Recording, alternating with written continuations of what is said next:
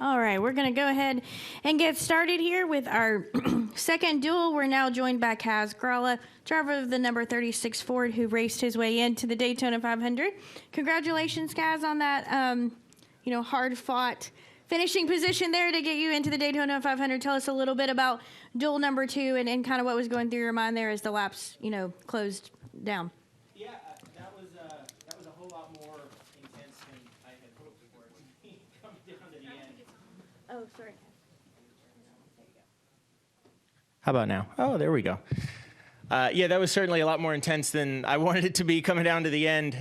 We had really good track position there after the caution and just got shuffled out a little bit. And then, of course, end up racing the 2 open cars right there for the last 2 laps. So glad we were able to come out on the right end. It was pretty tough to beat those guys tonight. The 78 ran a great race, and the 60 car was pushing hard too. So I was glad that he helped me out a little bit. He picked my line there on the closing laps, which definitely worked in my favor against the 78. So I appreciate the help there from David. But yeah, just really proud of the Front Row Motorsports guys, because the last 24 hours were pretty stressful and a lot of hard work there to get the car repaired and ready for today. So I felt like it had good speed in it.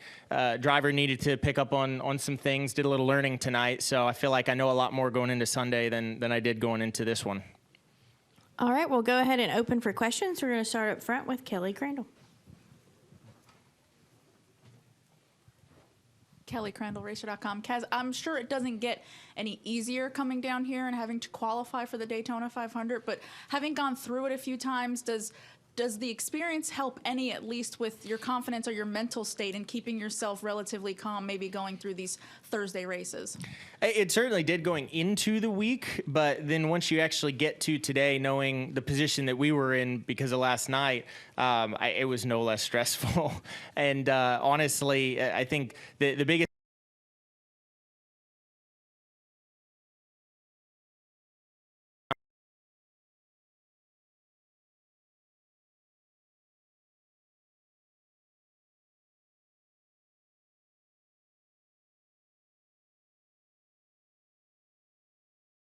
that hopefully something would work out, and sure enough, things played into our favor there, just enough, just by a couple of spots to get there. But yeah, I hope someday to maybe have better Wednesday luck here, because I have not locked in any of my 3 tries.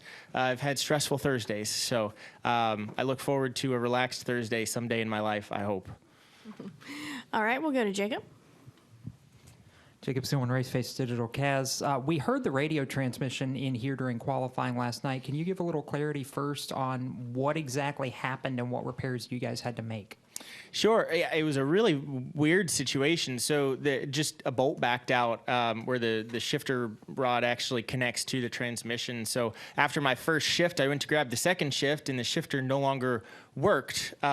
So I tried to unjam it, and it grabbed first gear and over-revved the engine. So really weird situation there. I haven't seen that. But, so as a result, we ended up having to do an engine swap for today. Obviously, that felt great tonight. So I think we're all set engine-wise. We got the bolt in the transmission, so we're ready to rock and roll now. Did you breathe at all after that last restart until you crossed the line? No, we crossed the white, and I see the 78 car. I mean, we're literally like touching fenders, and we got no safety net behind us, just the 60 car floating, who also could play a factor in who makes this. So yeah, that was as stressful as it could possibly have been. But I'm sure it was exciting to watch, because just like the first duel, you couldn't have written a better storyline for the moments coming to the checker to decide who's going to be in the field on Sunday. And for you, I know you have most of your season in the 15 with Rick, but how big a jolt is this for you personally, just to get your season off on the right foot, get yourself into a 500 and know that, for most of the season now you can learn from here? Yeah, absolutely. And I guess everybody's seen it over the years. If you're on the grid, you've got a shot at it when you're here at Daytona. So, I think, like I said, I've got a long list of things to try to clean up between now and the checkered flag on Sunday.